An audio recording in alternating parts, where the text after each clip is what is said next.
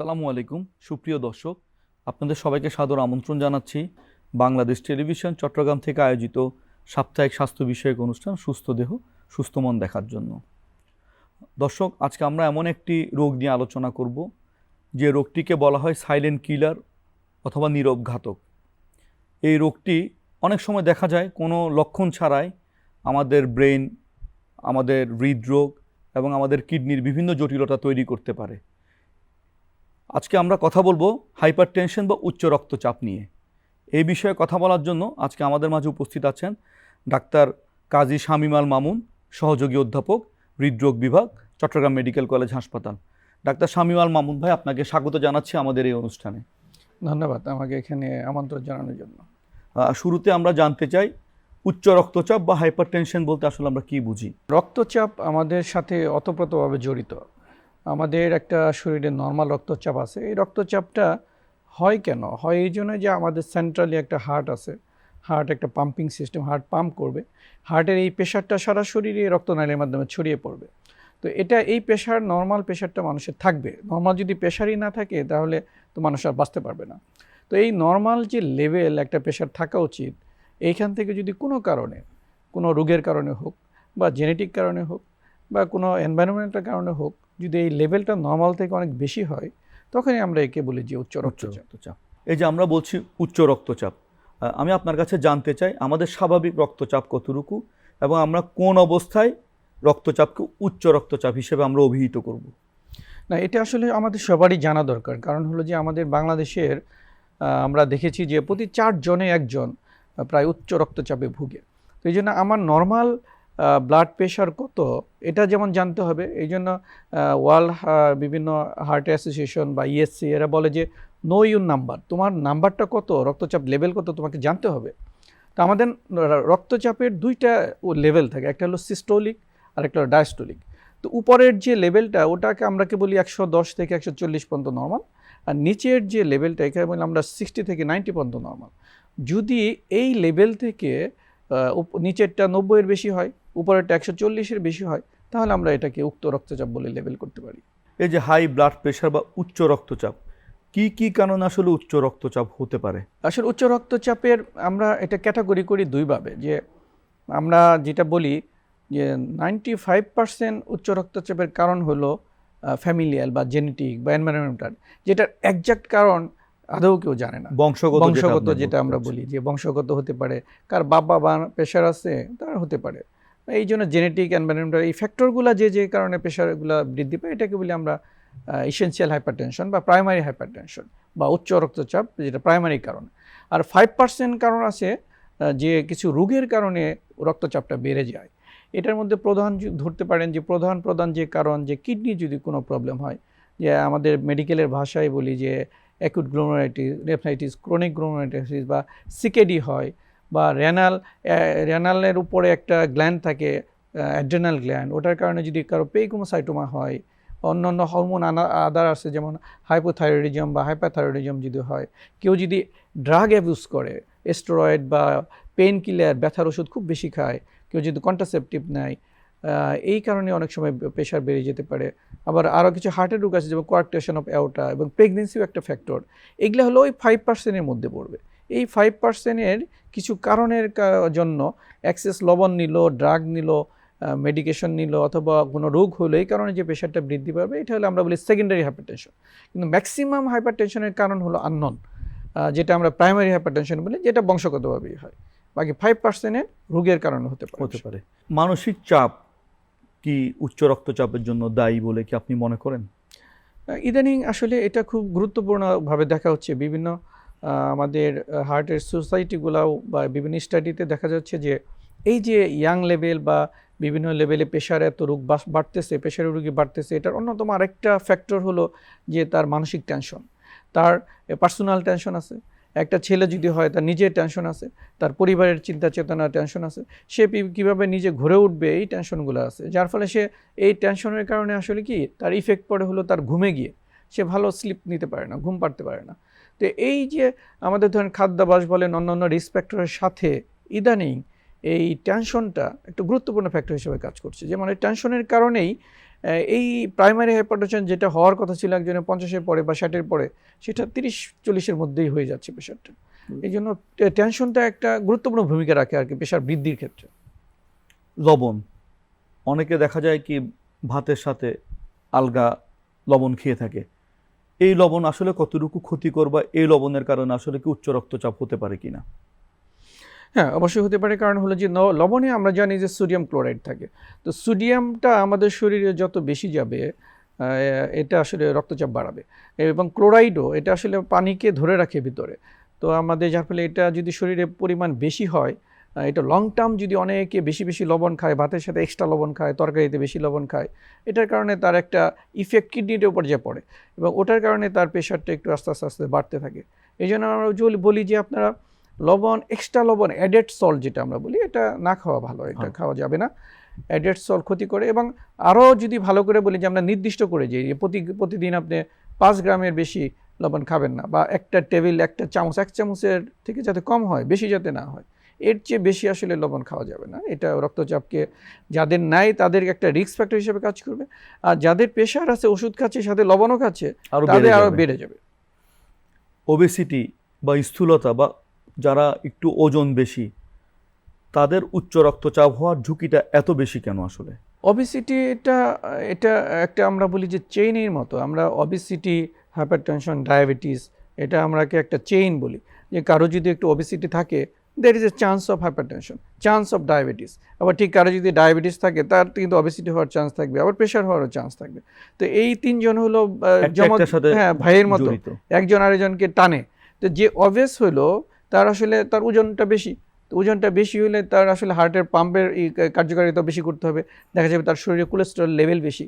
Cholesterol level বেশি হলে ওই রক্তনালীগুলোতে অ্যাথেরোস্ক্লেরোটিক যে চেঞ্জ হয়, ওই চেঞ্জটা হয়ে যায় আসলে। ওই হয়ে গেলেই দেখা যায় যে পুরো চাপটা হার্টের উপর পড়ে যায়, হার্ট তখন প্রেশার বাড়াতে থাকে, এবং এই প্রেশার বাড়ানোর ফলেই দেখা যায় তার অন্য রোগগুলো হওয়ার চান্সটাও বেড়ে যায়।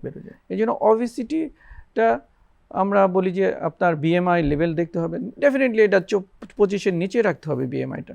আপনার হাইট এবং বয়স অনুসারে যে থাকার কথা, ওয়েটটা থাকার কথা, কতটুকু আছে কিনা এটা আসলে জানা উচিত আমাদের, এবং এটা মেনটেন করার চেষ্টা করা উচিত।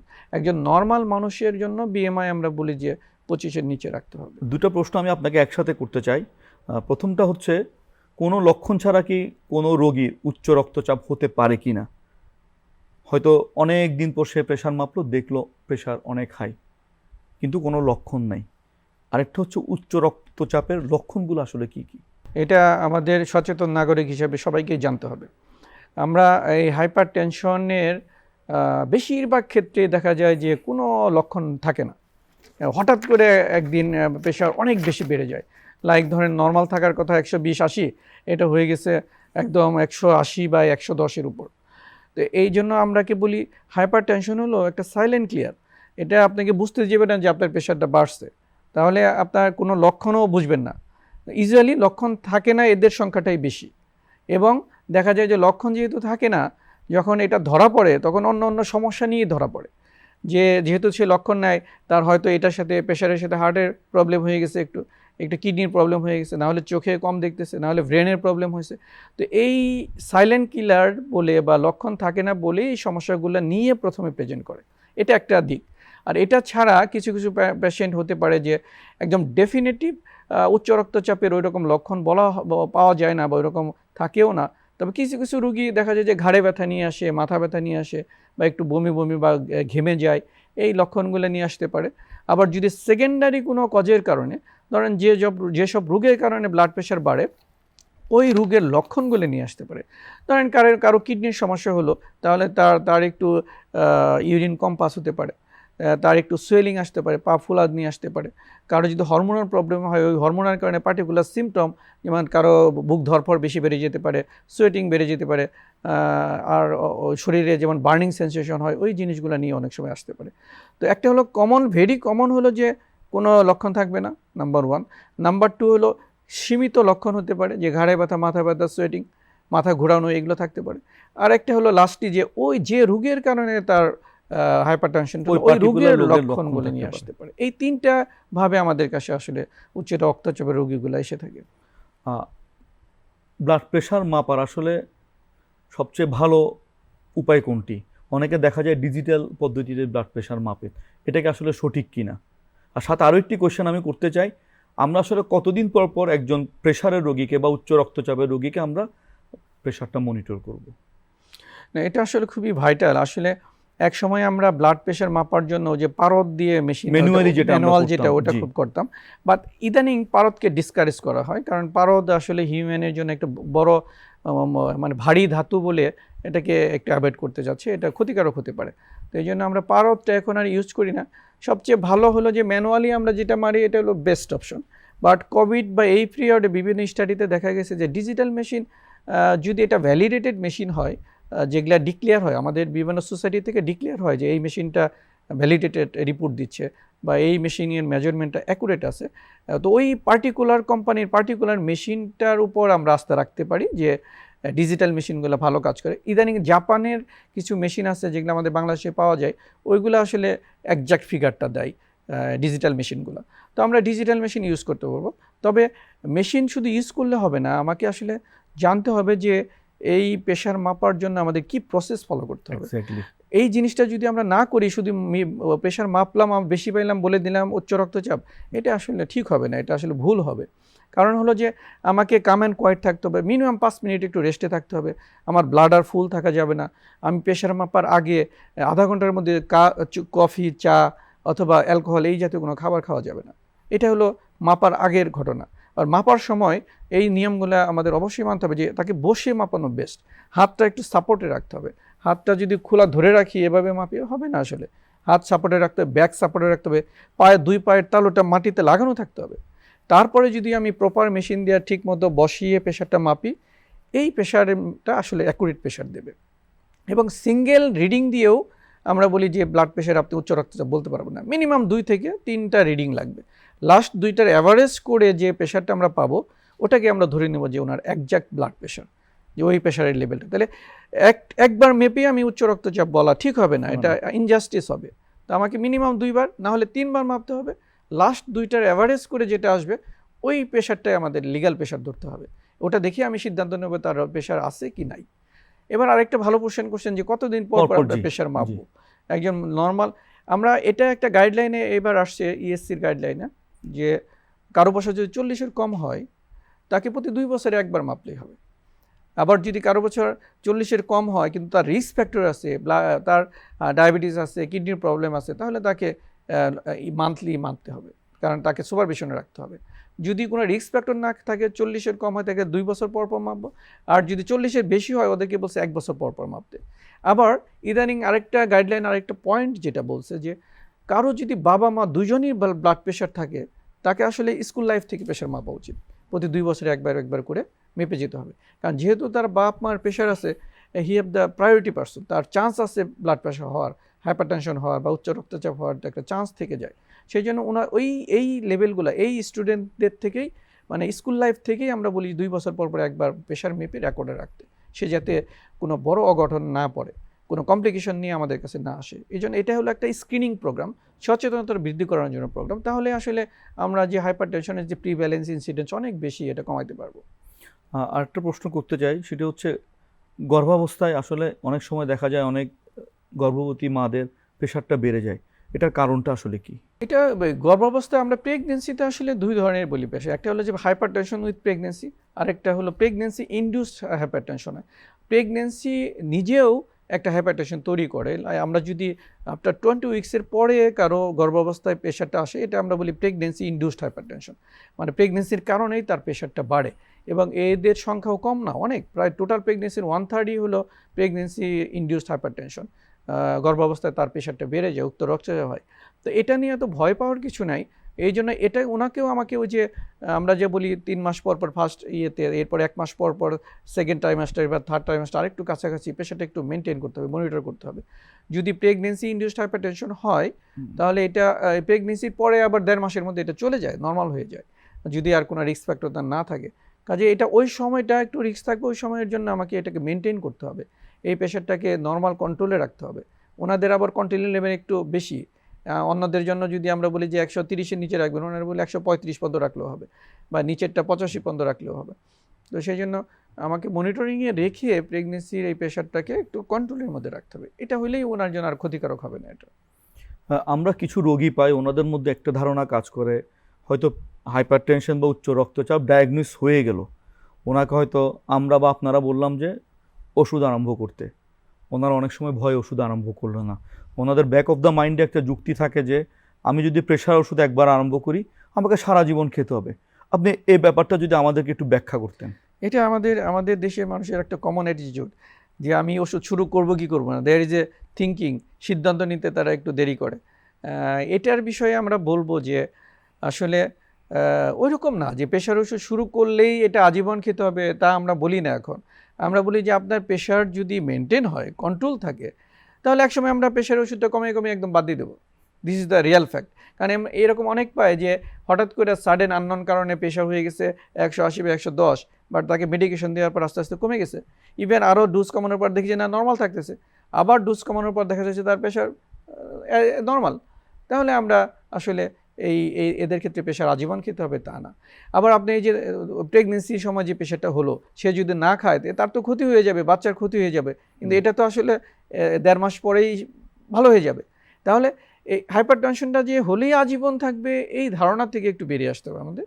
আমরা বলি যে আপনি প্রেশার যেহেতু এখন বেশি, এটা হতে পারে আপনি অতিরিক্ত চিন্তা করছেন অথবা ঘুম কমাচ্ছে, এটার কারণে হতে পারে। তাহলে আপনি যদি ঘুমটা ভালো হয়, টেনশন যদি কমাতে পারেন, তাহলে নর্মাল আসতে পারে। যদি ওই দুইটা করার পরও কন্ট্রোলে না হয়, তাহলে আপনাকে মেডিকেশন নিতে হবে, নিয়ে এটাকে কন্ট্রোল করতে হবে। যদি মেনটেন করাতে পারেন, we can with do it, আমরা এটা বাদ দিতে পারবো। আর কিছু কিছু ক্ষেত্রে যাদের ফ্যামিলিয়াল একদম বাদ দেওয়া যায় না, তাদের লো ডোজ আসলে চালিয়ে যেতে হবে। কারণ এটা এরকম না যে এটা রেখে আমি যাব। কারণ প্রেশার যদি অনেক দিন যাবত, উচ্চ রক্তচাপ অনেক দিন থেকে যায়, এটা কিন্তু এটার ইফেক্ট হার্টের উপর, ব্রেনের উপর, কিডনির উপর পড়বে, এটা তার আরও ক্ষতি হয়ে যাবে। এই জন্য যেহেতু নর্মাল রেঞ্জ আমরা বলছি যে নিচেরটা আপনাকে 90-এর নিচে রাখতে হবে, উপরেরটা 140-এর নিচে রাখতে হবে, তো এটাকে আমাকে রাখতেই হবে। এটা হয় আমাকে লাইফস্টাইল চেঞ্জ করে রাখতে হবে, না হলে মেডিকেশন দিয়ে রাখতে হবে। এই যে আপনি এখন একটি কথা বললেন যে উচ্চ রক্তচাপের কারণে হার্ট, ব্রেন এবং কিডনিটা ঝুঁকির মুখে পড়ে। আসলে এই তিনটা অর্গানে কি কি ধরনের ঝুঁকি থাকতে পারে আসলে উচ্চ রক্তচাপের কারণে? এটা আসলে খুবই গুরুত্বপূর্ণ বিষয়। আমরা আসলে মানুষের মাঝে সচেতনতা বৃদ্ধি করতে চাই যে প্রেশার হয়েছে, আপনি ওষুধ খাবেন কি খাবেন না, এটার সিদ্ধান্তটা ডাক্তারের উপর ছেড়ে দেন, আপনার উপর না। কারণ হলো এই প্রেশারের কারণে আমরা সারা বিশ্বে প্রায় 10 মিলিয়ন লোক বছরে মারা যায়। 10 মিলিয়ন নট এ জোক, অনেক লোক মারা যায়, কারণ তারা জানে না। এবং আমাদের দেশে যত প্রেশারের কারণে যেমন ব্রেনের প্রবলেম হয়, ব্রেনে হঠাৎ করে ট্যানজিন ইস্কেমিক অ্যাটাক হতে পারে, তার স্ট্রোক হতে পারে, হেমোরেজিক স্ট্রোক হতে পারে। তো এই যে স্ট্রোক যে হচ্ছে মানুষের 90% কারণ হাইপার টেনশন। তার হাইপার টেনশন কন্ট্রোল নাই বলেই তার স্ট্রোকটা হচ্ছে। অনেক মানুষ দেখবেন যে চোখে কম দেখে, ব্লারিং ভিশন হয়ে যাচ্ছে, রেটিনোপ্যাথি হয়ে যাচ্ছে, এটা কিন্তু এই হাইপার টেনশনের কারণে হচ্ছে। তাহলে ব্রেন চোখ ইনভলভ করতেছে। হার্টের যেমন হার্ট অ্যাটাক বলেন, ইস্কেমিক হার্ট ডিজিজ বলেন, যে হার্টের যেরকম অন্যান্য ডিজিজ, করোনারি হার্ট ডিজিজ আছে, যে হার্ট ফেলোর, সবগুলো কিন্তু হাইপার টেনশন বেশি থাকার কারণে হচ্ছে। কিডনিতে আমরা যদি ধরি যে অ্যাকিউট রেনাল ফেলোর অথবা সিকেডি, ক্রনিক কিডনি ডিজিজ, এই যে জিনিসগুলো থেকে প্রিভেন্ট করা, ব্যাক করা খুব টাফ। এই রোগগুলা কিন্তু হাইপারটেনশনের কারণে হচ্ছে। পেরিফেরাল ভাস্কুলার ডিজিজ বা আমাদের পা একটু, অনেকে দেখবেন যে একটু হাঁটাহাঁটি করলে পা ব্যথা করে, পায়ে শক্তি পাচ্ছে না। তো এটা যদি হাইপারটেনশন বেশি থাকে, তার ওই রক্তনালীগুলো চিকন হয়ে যায়, রক্ত চলাচলই বন্ধ হয়ে যায়। তো এটার থেকে যদি আমি আগে থাকতে যদি সচেতন না হই, এটা প্রিভেন্টেবল ডিজিজ। হাইপারটেনশন আমরা প্রিভেন্ট করা সম্ভব যদি আমি আগে থাকতে সচেতন হই, আগে থাকতে আমার জিনিসগুলো ধারণা থাকে যে এটা যদি আমি কন্ট্রোলে না রাখি এই রোগগুলো আমার হতে পারে, তাহলে কিন্তু এটা আমার জন্য সহজ প্রিভেন্ট করা। আর যদি না করি তাহলে তো ওই কঠিন সমস্যাগুলোর সম্মুখীন আমরা হয়ে যাব। এই জন্য আমাদের এই সচেতনতা ডেভেলপ করতেই হবে যে প্রেশার নর্মাল লেভেল রাখতে হবে, বাই হোক বাই হোক। আরেকটি জিনিস ইদানিং দেখা যাচ্ছে যে ইয়াং এজ পিপলের মধ্যে উচ্চ রক্তচাপ বা হাইপার টেনশনের প্রভাবটা অনেক বেশি, বা অনেকের আর্লি হাইপার টেনশন ডায়াগনোস হয়ে যাচ্ছে। এটার কারণটা কি? হ্যাঁ, এটা আসলে আমাদের সোসাইটির জন্য একটা সমস্যাই বলবো। কারণ একসময় আমরা দেখতাম যে 40-50-এর আগে কোনো প্রেশার পাওয়া যেত না, উচ্চ রক্তচাপ থাকতো না।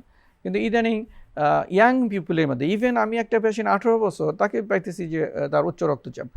তো এটার কারণ আমরা খুঁজলাম, কারণ খুঁজে আমাদের কাছে যেটা মনে হয়েছে, একটা হলো যে তার ডায়েটারি হ্যাবিট। এই যে তারা যে বিভিন্ন রকমের বাইরের ফুডস খায়, রিচ ফুড খাচ্ছে, জাঙ্ক ফুড জাঙ্ক ফুড খাচ্ছে, এগুলা কিন্তু আসলে আস্তে আস্তে তার কোলেস্টেরল লেভেলটা বাড়িয়ে দিচ্ছে। এই কোলেস্টেরল লেভেল বাড়ানোর কারণে তার কিন্তু আসলে ওই যে রক্তনালী চিকন হয়ে যাচ্ছে, প্রেশারের লেভেলটা বেড়ে যাচ্ছে, এটা একটা কজ। আবার ইয়াং পিপুল এখন আগের মতো না, এরা একটু উচ্চাবিলাসী বা উচ্চ আকাঙ্ক্ষা বেশি। তারা আমাদের মতো, আমরা যেমন ছোটোবেলা থেকে এক স্টেপ বাই আগাইতাম, এখনকার পোলাপান এরা এক লাফে উপরে উঠে যেতে চায়। তো এক লাফে উপরে উঠে যেতে তো হবে না, তাহলে তার মধ্যে এক্সট্রা একটা এনার্জি কাজ করে, এক্সট্রা স্ট্রেস কাজ করে, এক্সট্রা ব্রেন এক্সট্রাভাবে কাজ করে। তো এই যে ব্রেনের উপর এক্সট্রা স্ট্রেস, তার সাথে তার স্লিপিং হ্যাবিট চেঞ্জ হয়ে যায়, খাওয়ার হ্যাবিট চেঞ্জ হয়ে যায়, মেন্টাল স্ট্রেসটা অনেক বেড়ে যায়। এক্স্যাক্টলি। এটার জন্য ইয়াং পিপুলে 20 থেকে 30 বছরের মধ্যে আমরা অনেক পিপুল পাইতেছি যে এরা প্রেশার ডেভেলপ করে ফেলছে, উচ্চ রক্তচাপ ডেভেলপ করছে। এটার থেকে ডেফিনেটলি আমাদের বের হয়ে আসতে হবে।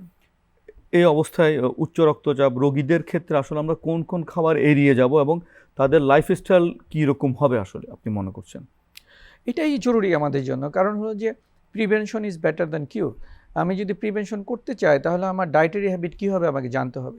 তো আমি আসলে যদি প্রেশার কন্ট্রোল করতে চাই, প্রেশার থেকে বাঁচতে চাই, তাহলে আমাকে খাবার এমনগুলো সিলেক্ট করবে যেগুলো আমার রক্তে কোলেস্টেরল লেভেল বাড়াবে না। যে খাবারগুলোতে চর্বি জাতীয় খাবার, বিশেষ করে রেড মিট যেগুলো আমরা বলি, যে গরুর লাল মাংস, যেটা চিটাঙে মানুষের খুব প্রিয়, বাট এটাই কিন্তু এই প্রেশার বাড়ানোর অন্যতম কারণ। খাসির মাংস অনেক বেশি প্রেশার বাড়ায়। এরপরে যদি আমরা যদি ফিশের মধ্যে ধরি, ফিশ মোটামুটি সবগুলোই খাওয়া যাবে, শুধু ওই যে বড় চিংড়ি মাছ, যেটা গলদা চিংড়ি, এটা আমরা অ্যাভয়েড করতে বলি। যে কোনো বেভারেজ জাতীয় খাবার, কোল্ড ড্রিঙ্কস, এগুলো আমরা অ্যাভয়েড করতে বলি। এছাড়া মাখন, দধি, এই জিনিসগুলা আমরা একটু অ্যাভয়েড করতে পারবো। খাওয়ার মধ্যে আরেকটা জিনিস হলো যে আগে আমরা বলতাম যে ডিমের কুসুম খাবেন না, আমরা এখন বলি না, আপনি মিনিমাম সপ্তাহে 2টা ডিম কুসুম সবাই খেতে পারবেন। আবার একসময় বলতাম যে দুধ খাবেন না, এখন আমরা বলি না, আপনি দুধ খেতে পারবেন, দুধকে ভালোভাবে জাল দিতে হবে, দুধের যে সর থাকবে, ছানা থাকবে, ওটা খাবেন না, শুধু দুধটা খাবেন। তাহলে এই ডায়েটারি হ্যাবিট যদি আমি করতে পারি, কার্বোহাইড্রেট জাতীয় খাবারটা একটু আমরা কম খাবো, শাক সবজিটা একটু বেশি খাবো, তো এই ডায়েটারি হ্যাবিটটা আসলে আমাদের ওজনটা কমাবে, প্রেশারটাও কমিয়ে রাখবে। আরেকটা জিনিস হলো, আর কি করবো তাহলে আমাকে এক্সারসাইজ করতে হবে। প্রতিদিন আমরা বলি যে আপনি 30 মিনিট হাঁটেন।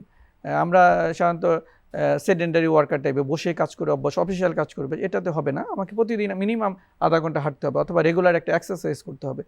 আমাকে রেগুলার একটা স্লিপ প্যাটার্ন থাকতে হবে। আমার ঘুম কমপক্ষে 6 থেকে 7 ঘন্টা প্রতিদিন সাউন্ড স্লিপ লাগবে। আমাকে এক্সট্রা স্ট্রেস থেকে বাঁচতে হবে, স্মোকিং থেকে বাঁচতে হবে। স্মোকিং, অ্যালকোহল, ডেফিনেটলি এটা আমাদের প্রেশারকে বাড়িয়ে দেবে।